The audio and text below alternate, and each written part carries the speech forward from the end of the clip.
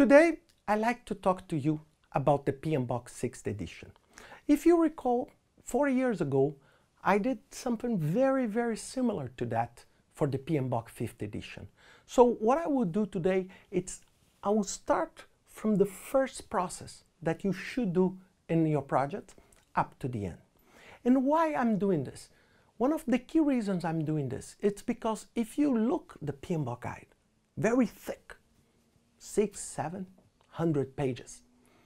The first reaction is, wow, it's a lot to learn. It's a very strong body inside, and it's not very easy to understand. The PMBOK guide, it's mostly a reference guide. So what I would do here is to read the PMBOK guide, but in a different way. And this is basically on part 2 of the guide, because on the 6th edition of PMBOK, we have 13 chapters on the first part. The 3 first chapters are the general concepts. What is a project? What's project management?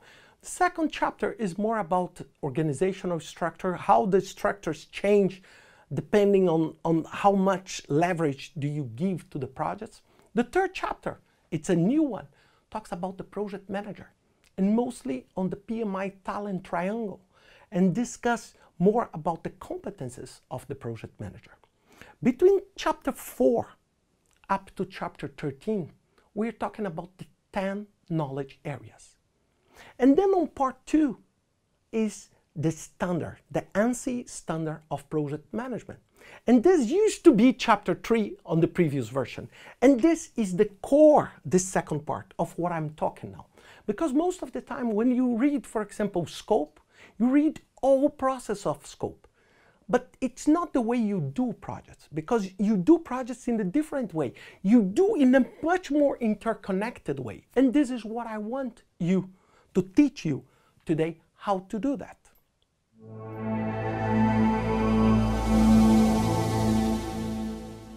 The first thing you need to have is this piece of paper. So this you can download on the link below. So you can download this and you can download the processes. Then you put some glue or a tape here to use it as a reference. So I will do this today to show you how a project is built. So look, here we have in a light gray, just to help me to show you and also to guide you through the process. So the first thing we need to understand that it's every single project start on what we call initiating process. So initiating process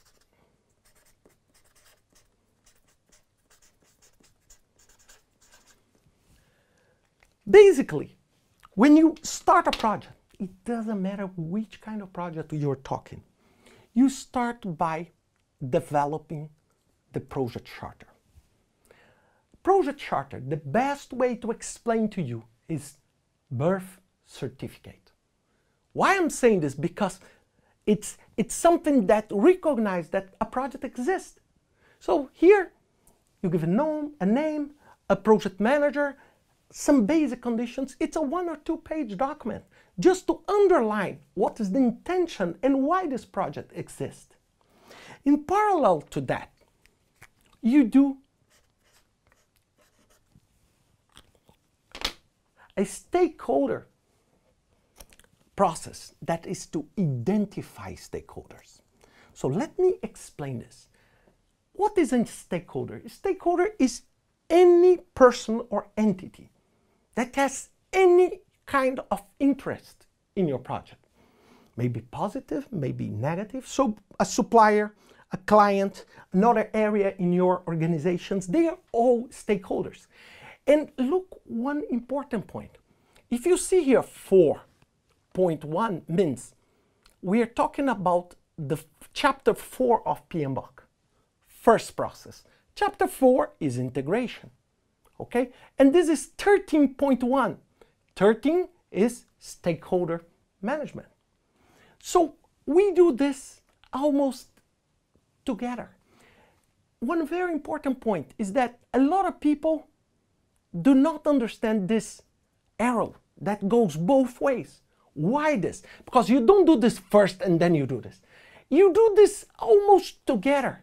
And this arrow allows you to go back, because when you identify some stakeholder, maybe you need to revisit your project charter and vice versa.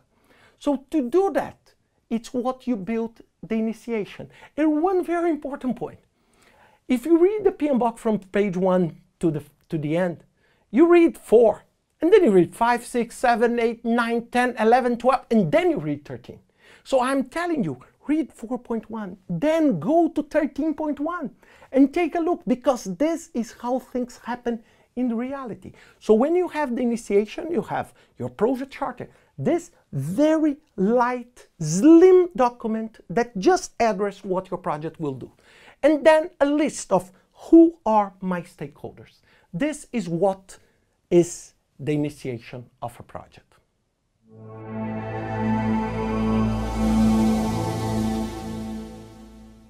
After the initiation, we need to do the planning. And this is exactly to try to understand how we are planning to do our project. So we will basically understand pieces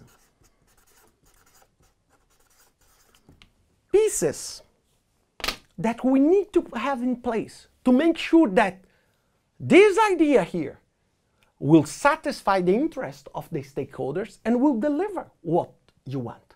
Remember, we do not live and create projects to respect the flow. The flow must reflect the reality of the work we do. And basically, to do that, we started here by integration. What do we need to do here? We need to start the planning by integration. And the integration is the second process of integration that is called develop the project management plan. So let me explain to you. Integration. Integration only exists to be the glue that connects the other 9 areas. That's it. Integration exists to avoid that. Scope overrule risk. Risk overrule cost. So the integration is to make sure that everything is balanced, producing the benefit of the project and the results you want here. So to develop the project plan, then you need to do a lot of things and work in different areas. The first one that you need to start working is the area of scope. And you need to plan how you will manage the scope of your project. Look, you will see many times here, plan scope management, plan schedule management. Every time you see the word plan and management, we are talking about the rule of the game. So what is plan scope management? You need to define here, how do you plan to manage the scope of your project? Let's suppose that someone wants to add work to your project. Will you accept it? Not accept it? It must be approved. What is the level of approval? So this is the rule. I love to use an analogy. Imagine a football game, a soccer game. You have some rules. For example, there are 11 players. The goal is only when the ball crosses the line fully. So you have some rules. Why? Because you cannot define the rules when you are executing the project. Right? You need to agree on the rules. And these are the rules. And this may be a set of bullets, maybe a small document, or maybe something that your project office will create, but it's something that delineates the rules of how you plan to manage scope. And then the second thing you need to do is to collect the requirements. So now I need to understand what is the work I need to do, and then I need to collect the requirements. First, what is a requirement? Requirements are things that I need to do to deliver what I want. For example, the requirements can be functional requirements. For example, I want for example, an electric door in my car. This is a functional requirement. What is a technical requirement? It's what is the size and the characteristics of this engine to support that door opening automatically. And then you have the scope and the requirements of activities. Buy the engine, install the engine, test the engine. So this is where you collect, and most of the time you collect these requirements by talking to some of the stakeholders and trying to understand how you will build the way between where you are and where you want to be. After collecting these requirements, you must shape the scope of your project. Basically, you need to combine these requirements, functional, technical, and activities and parts of the work, and you define the scope. Basically, you produce one document. I don't like the word document because it seems like bureaucracy, but you produce something that reflects the scope of your project, and we call this scope statement. So the scope statement will define, okay, how do you want to approach your project? And after that, you will create the work breakdown structure, or WBS.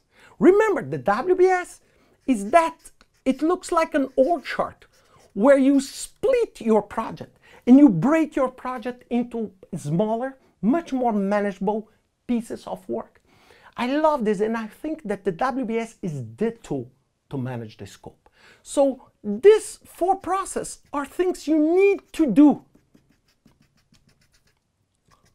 to deliver your work. And this will be a piece of your project plan. After you know what you want to do, you need to understand how much time do you plan. Then you do a plan schedule management, and this you will work on the schedule. Remember, why I spent some time explaining the scope? Because here is absolutely the same of plan scope management, but here I'm concerned about schedule. For example, what I will do if some tasks become late, how I'm planning to calculate durations. Will I do analogy? Which kind of tool I'm planning to use? How precise do I need to be when I set an activity duration? So these are basically the rules of the game when the game is talking about schedule. And one point that you may notice for those who are coming from the PMBOK 5th edition, it usually to be called time, and now it's called schedule because we are talking about the time and how the times flow in your project. After that, you will define the activities. Very, very important here. Here you create a WBS. Here you are defining activities you need to accomplish to deliver that work package on your WBS. So let me give you an example. WBS package, door, tasks, cut the door, frame the door, put the lock. So these are the activities that will deliver that scope. And why activities are here? Because the activities are the root of you create your sequence and the duration. So you need to have this capillarity. You need to understand which kind of activities to then understand, okay, how much time? And what do I need to do first? And look one thing. Are you looking that I'm making a lot of arrows? Why I'm spending my time doing this? All these sets of arrows. It's because I want to make clear. And that the biggest mistake, and even when people talk and use the concept of waterfall, you know, when you use the waterfall, when the water goes down, the water does not come back. So this technically cannot be seen as waterfall, because I'm talking that we go back all the time to revisit, because maybe you are putting a duration here and you see, oh God, I forgot another activity, and then you need to come back. And most of the time you may come back here. And this is a fluid process. It's a fluid. It's not rigid. If it's rigid, it's wrong. Pay attention on that. If it's rigid, it's wrong. So this is just a mental model to help you to understand how you should move. And after doing all of this, what you will do, you will develop your schedule. And many people ask me, okay, what is a schedule? Is it a Gantt chart? Is it a network diagram? Yes, and much more. Schedule is any kind of display of how your project will be placed over time. The most common, of course, because of the tools, are the Gantt chart, the network diagram, but you need to develop your schedule. So the schedule here will give you an idea of how much time do you need to perform everything, to perform and to deliver this scope. So this is the second group. Did you see that I'm bringing this again to the project plan? After that, scope schedule. I have the cost side, because now I have the activities, I know the scope, now I can start thinking about the cost of my project. And the first thing I do, and I will repeat this many times, I need to plan the cost management. Did you see how things start to repeat? Plan cost, plan schedule, and plan scope. So here, rules of the scope. Here, rules of the schedule. Here, rules of the cost. For example, who has the approval to spend money? If I'm over, for example, the cost of one material or one resource is over budget, who has the autonomy to approve that? What do I do? So these are the rules of the game when the game is talking about cost. Then after that, I will estimate costs. If I know the activities and I have a clear idea of my scope, I can estimate cost. And then after estimating cost, knowing that I have my schedule, I can do what? I can develop my budget. I can understand my S-curve. I can understand how do I plan to spend the money. And these three tasks are part of the planning process related to scope. After that, I need to plan the quality management. Again, one more time. Remember, when the word plan and management comes together, we only change here what? The knowledge area. So what do I want here? You may answer with me. I want here to know which are the quality standards I need to comply with the project. What is quality for me? On this context, what do I expect to be delivered in terms of quality? And this will also be together with my project plan. After that, I need to start, remember, look, 8, 7, 6, these are the chapters. So it's very common for those who are not used to the PMBOK, it's very common that we say, oh, chapter 6. When we say chapter 6, we are talking about schedule. So this is why we start with 4. And why not with 3 or 2 or 1? Because chapter 1, 2, and 3, they are definitions. And this is why we start with number 4. So now I need to introduce to you to a new knowledge area, but an old new knowledge area. It used to be called human resources, but now it's just resources. Why?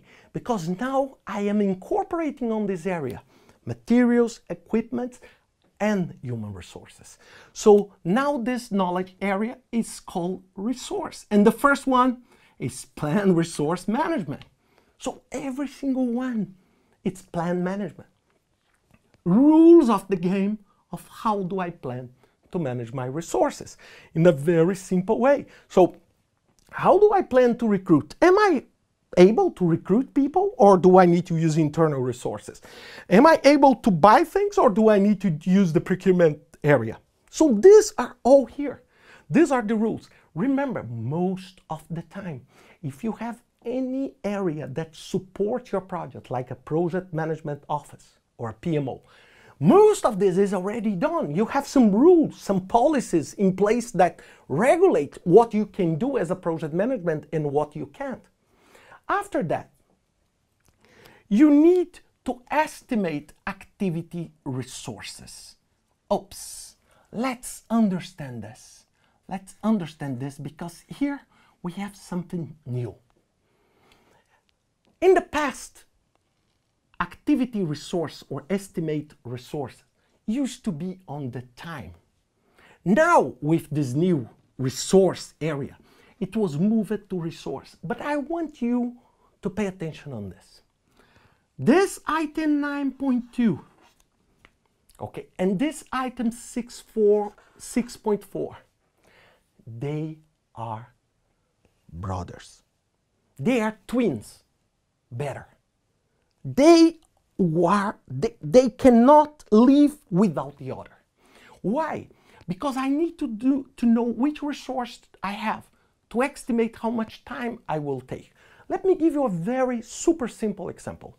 Let's take this wall. And let's take, I say, oh, one worker can build this wall in 10 days. It's reasonable to say that 2 workers can build in 5 days. So this is exactly what I'm talking here, because most of the tasks, I'm not saying all, are effort driven. When I say effort driven, I'm saying if you add more resources, you reduce the time up to a certain level. So this is why it used to be together. Now it's in 2 different areas. Does it mean that you will need to do it separately? No, never. Think about that. So these 2 processes are the process related to resources. Remember one thing. Costs are intimately linked to resources and time. So did you see that how things work together? So if you are reading the PMBOK, you should try to follow something like that. You should not read 9.3. After 9.2, I suggest you to read 10.1. And why 10.1? Because this is what you should do in the planning phase. Then you do communications management. Look, as I said here, rules of scope, schedule, cost, quality, resource. Here it's communication. Here it's like different. This plan communication management, one of the key things here, it's you will build your communication plan. So basically you know, what do you want to communicate? Who do you want to communicate to? Where do you want to communicate? When do you want to communicate? How much it will cost this communication? How do you want to communicate? So this basic information. So if you have a meeting, if you are planning an exception meeting, if you have, for example, meetings only if something goes wrong outside the boundaries, so you can put this here because this will regulate your communication. So it's a very, very important. I will talk about this a little bit later when I'm talking about stakeholders here. So after doing that, then it comes to another very big knowledge area, almost as big as scope and schedule, is risk management. Why? Because risk is an intrinsic part of your project. So the first thing you need to do is to plan how you want to approach risk management. And let me explain here, basically the answer you want to give here. The only answer that is super relevant is what is your tolerance? Why? Let's suppose I invite you to do a bungee jump. Maybe for me it's extremely risky. Maybe for you it's not. So tolerance, it's exactly what defines what is risk for your group and your organization, and what is not risk for your group and your organization. Because if you don't know what is your tolerance, maybe everything can be a risk or nothing can be a risk. After knowing that your risk tolerance, then you come here and you start to identify your risks. So together with your stakeholders, your group, you start to identify, okay, which kind of risk do I have in this project? Which kind of threats and opportunities do I need to manage? After, let's suppose you identify here, let me guess, 300 things that may happen in your project, positive and negative. What do you need to do after that? You cannot say, oh, I will answer to everything. Most of the time it's just impossible. So what do? You do two things. You do a qualitative risk analysis and a quantitative risk analysis. So you do both. What is the difference between these two items? Qualitative, I use a scale. Low, medium, high. Green color, yellow color, red color. So I use some kind of standard, some kind of scale. And what is a quantitative risk analysis? Is when I use math to calculate probability and impact. For example, let's suppose I have a dice of 6 faces and I want to know what's the chance to get 1 in the dice. It's 1 divided by 6. So this is calculated, this is quantitative. Many times quantitative is great, but many times quantitative is much harder to get. So this is exactly to understand each of the risks identified. Are they big? Are they very big risks or irrelevant risks? And this will help me to do what? This will help me to plan potential responses to that risks. So what I need to do here, I need to plan, I need to identify, okay, what can I do to protect my project from that risk?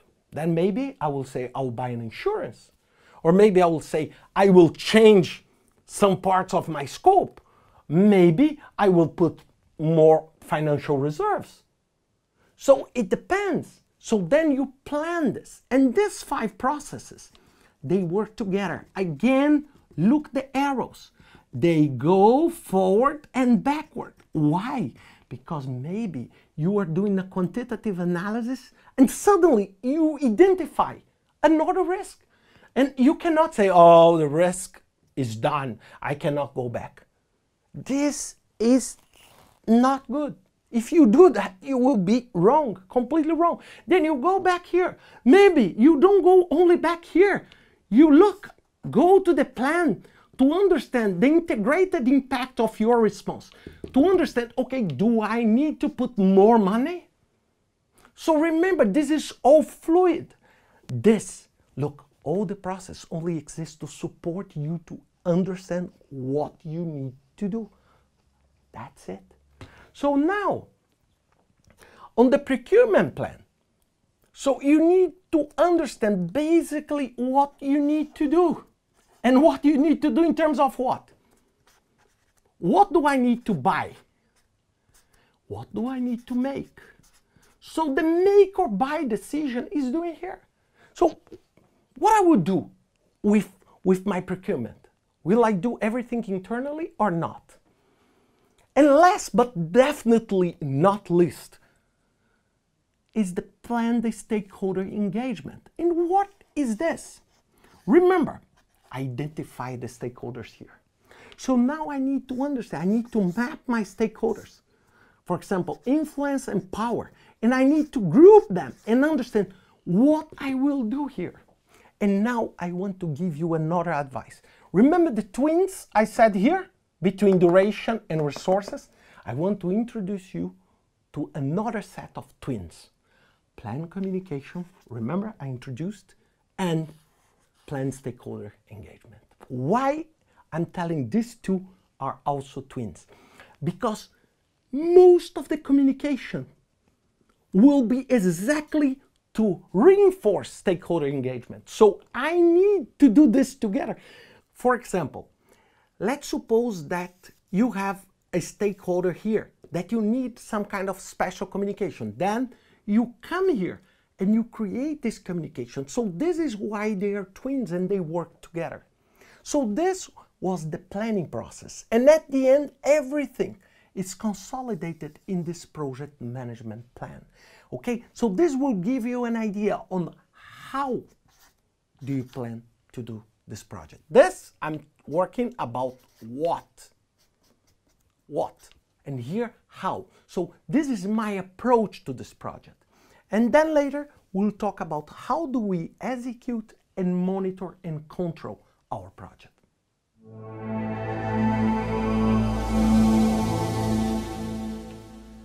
After having our plan ready, we will start the execution and the monitoring and controlling process.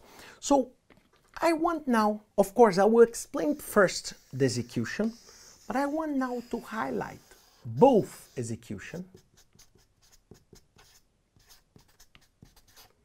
and monitoring and control.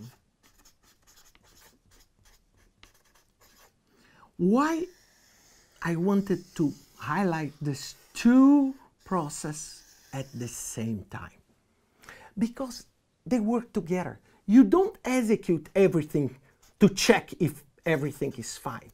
So it's a process that is a very fluid process here. So you execute and you check everything is fine. Then you may replan, look this arrow, you may re-execute. So it's a very, very fluid process. And of course, the center of the planning was integration. The center of the initiation was integration. The center of the execution is exactly, one more time, integration. So the third integration process. The second was the plan. The third, direct and managed project work. What is important here? It's not saying executing the project.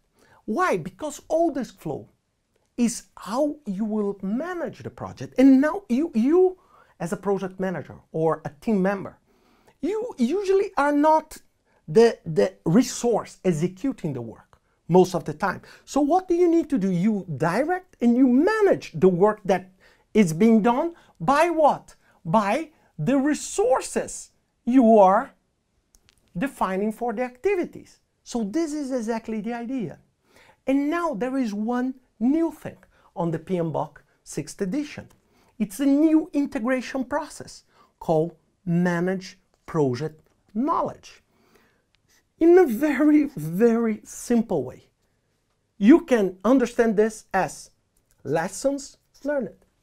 So what do you do? You need to register what you are learning from the project work. What is working, what is not working, what is doing well, not well, and you register this because this knowledge is it's very valuable. So you need to have these lessons learned.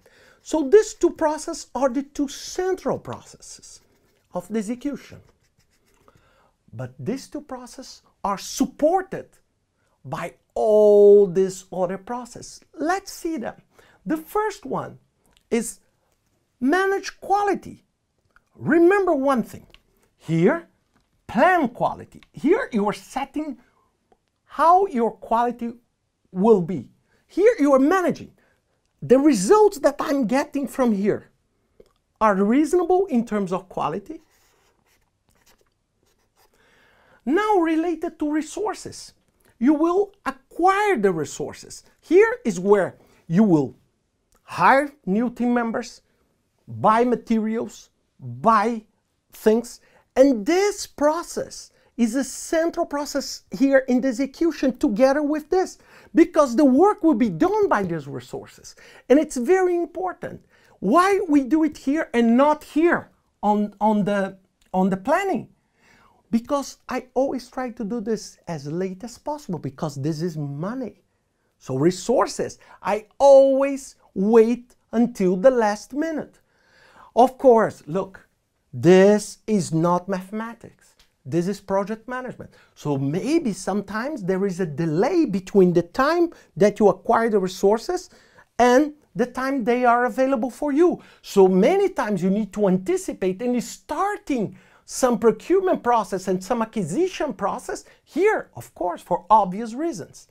Then, of course, for the human resources you acquired, You will develop a team.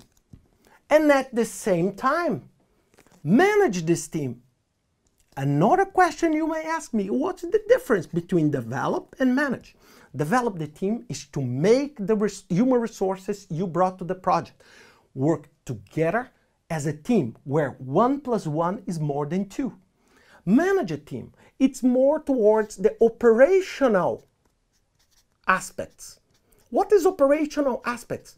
Oh, someone needs to take leave.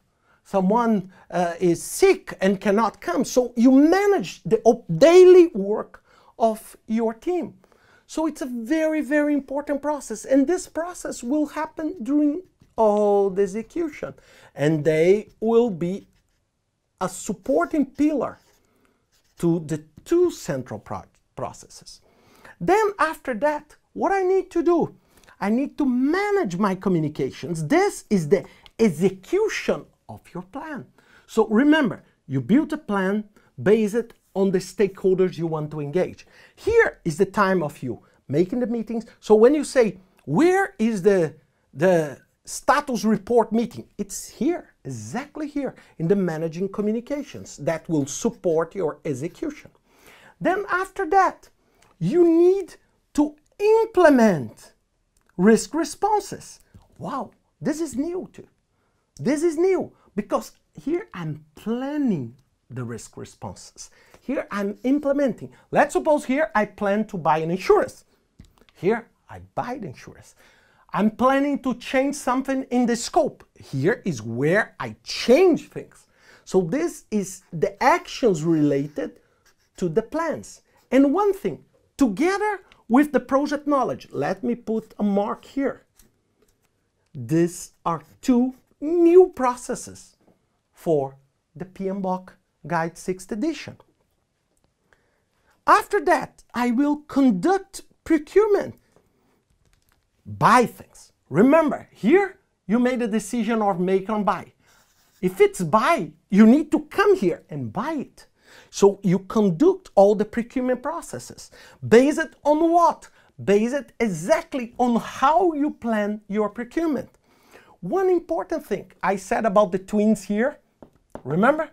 Between activity durations and resources. Twins here between stakeholder management and communication plan. Now I have the 3rd set of twins. Conduct procurement and acquire resources. Why? Because most of the time, the way you acquire resources will require a procurement process. So these are presented in 2 separate ways, but in reality, they are all the same thing. Because you need to buy a material, then you need to conduct a procurement to buy that material. So these are 2 processes that are very well connected. Last but not least here in the execution, you manage the stakeholder engagement. So let's understand that. Identify my stakeholders here. I understood their power, their influence, their interests, and then I created a communication plan to manage my communication with them. Here, I'm managing. Is my process to engage these stakeholders working? Or do I need to change? Let's suppose that I have a group that is very resistant to my project. Is my approach working with them or not? Or should I change? Should I change my approach? Maybe I'm sending, written reports. Maybe I should call. I don't know. So, but here you need to see what is happening with the stakeholder engagement.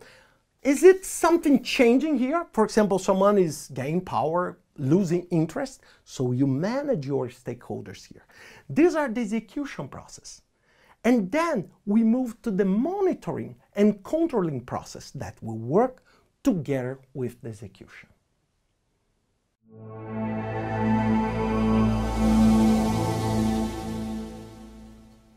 On the monitoring and controlling, I am doing things in parallel. Here, I'm doing the work. Here, I'm making sure that the work I'm doing here is okay. Remember, I started with integration, integration, and integration. What I will start here? Integration. And what do? I will monitor and control the work. So here I'm managing and directing. I'm assigning tasks, running with the resources towards the results. Here I'm saying, is it everything okay? Is the time I was planning here on the schedule, is it working or not? Second, I need to perform the integrated control change. This is a really, really, really, really important process. And why this process is so important? Because your project will face changes. 100% sure of that. There is no way that what you estimated here will happen perfectly, because the world has so many variabilities that it's just impossible. So what do you need? You need to manage these changes. You need to understand. And the second word that is extremely important here is this: integrated. Integrated means I'm not only working scope, time, cost, quality. I'm working on everything. And if there is a change, how I can make this change in a way that it will be great for the project. Not great for scope, for example, but great for the project as a whole.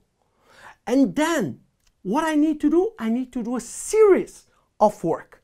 The first work I need to do is basically I need to validate the scope and then control the scope. So I need to validate and control. What's the difference here? It's just a check. I check the scope that's here defined in the scope statement was delivered.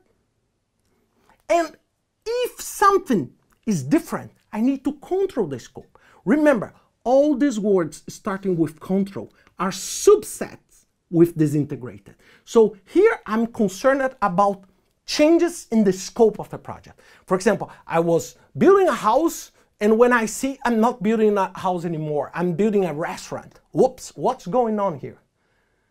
The second, it's of course and obvious. Let me just link here, make this group here on the scope, and attach this to the integration. Then the second one is control schedule. Is it something going wrong? Am I becoming late? Is there any issue on time? Remember, here I have a schedule, but maybe things are not perfect. So here I control. Remember, here the focus is on time. Here, scope, control schedule. And this will be added to this integrated change control. Then I need to control costs. So look, did you see one thing? That there is a lot of repetition in different areas. So when you read, you need to understand, because if you understood one, you understood all, because they are just different topics. So here, let's give an example. Let's suppose that your estimated cost, look, 7.2, based on a resource. Then you did on 12.2 a procurement process to hire or to buy this resource. And then the resource was much more expensive than what you expected. Then you start running over budget. Then you need to control this cost. So this is exactly how things work here. It's a very, very fluid process.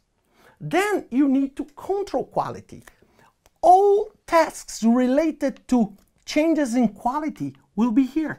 Most of the total quality management tasks, they are here. Most of the statistical process are here. So you need to control the quality, right? Because when you are managing the quality here, they are different from what you expect on your quality management plan. So look, it's a very, very fluid. Then you need to control resource. Oops. For those with the PMBOK 5th edition, this is a new process. Okay, new process together with implement risk response and manage project knowledge. So the control resource, what do I mean by that? Do I need to add more resources? Do I need to reduce? Are the resources performing in a level that I want? After that, I need to monitor communications. Remember, let's go to the communication, understand the communication process. Look here, I have a plan, 10.1. That is based on a certain stakeholder engagement, 13.2. Then, during the process, I manage, I issue the reports, the meetings, whatever, the phone calls, and then I manage this stakeholder. But maybe I need to change. Then I monitor, because this, I may update my plan, or maybe I will update the way I manage. So it's exactly what I'm looking here. Then, in parallel, this all happens at the same time in a very fluid way. I monitor risks. Why?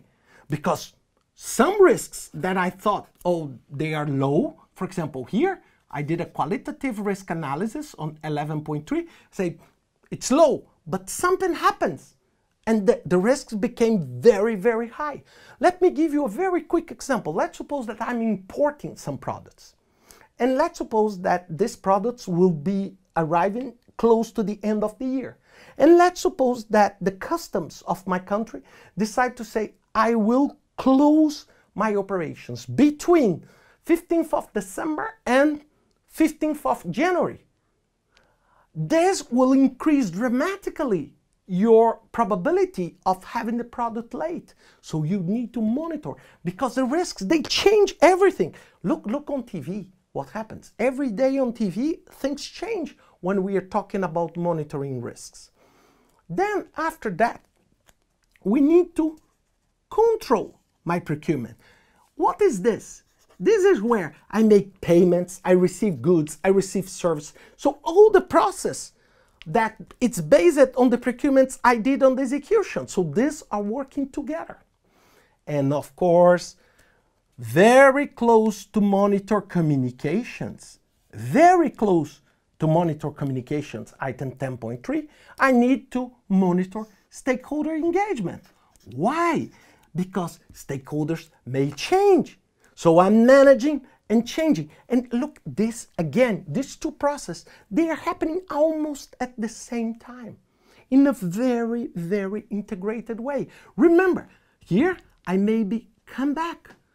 So one thing that I'm super concerned when I'm teaching this is that people think, and think wrongly, that this is, written on stone, that when you do this, you never come back.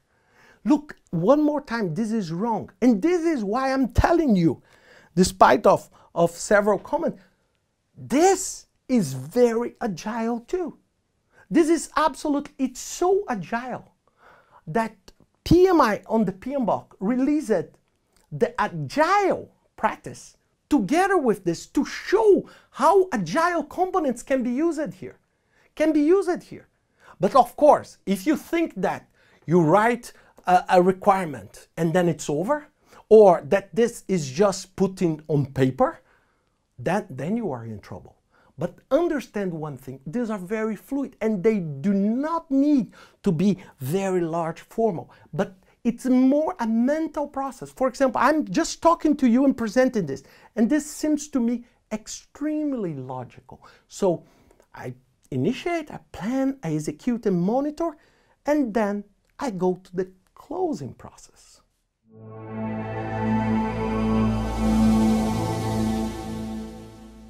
So after doing this, so let's suppose that my project is over. I deliver, so the stakeholder, the client, received the product. So now what I need to do? I need to go to the closing process. And the closing process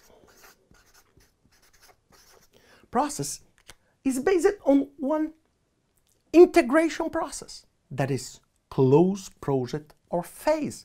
Why project or phase? Because I can use this for the project or for just one piece of the project. I can do this for every single piece, like a rolling wave. And here I will include all the work I need to do. I need to celebrate, I need to hand out the documents and this. What is very, very important here is that in the past, it used to have another process here called closing procurement. And this process disappeared and was incorporated here. So the closing is just this, close project of phase, to simplify and to unify that here you are closing basically everything. So if you see the old 47 processes, 47 boxes, became now 49. Why 49? 47 plus the 3 new ones, 50, minus this one, 49. So this is the full set of the PMBOK guide.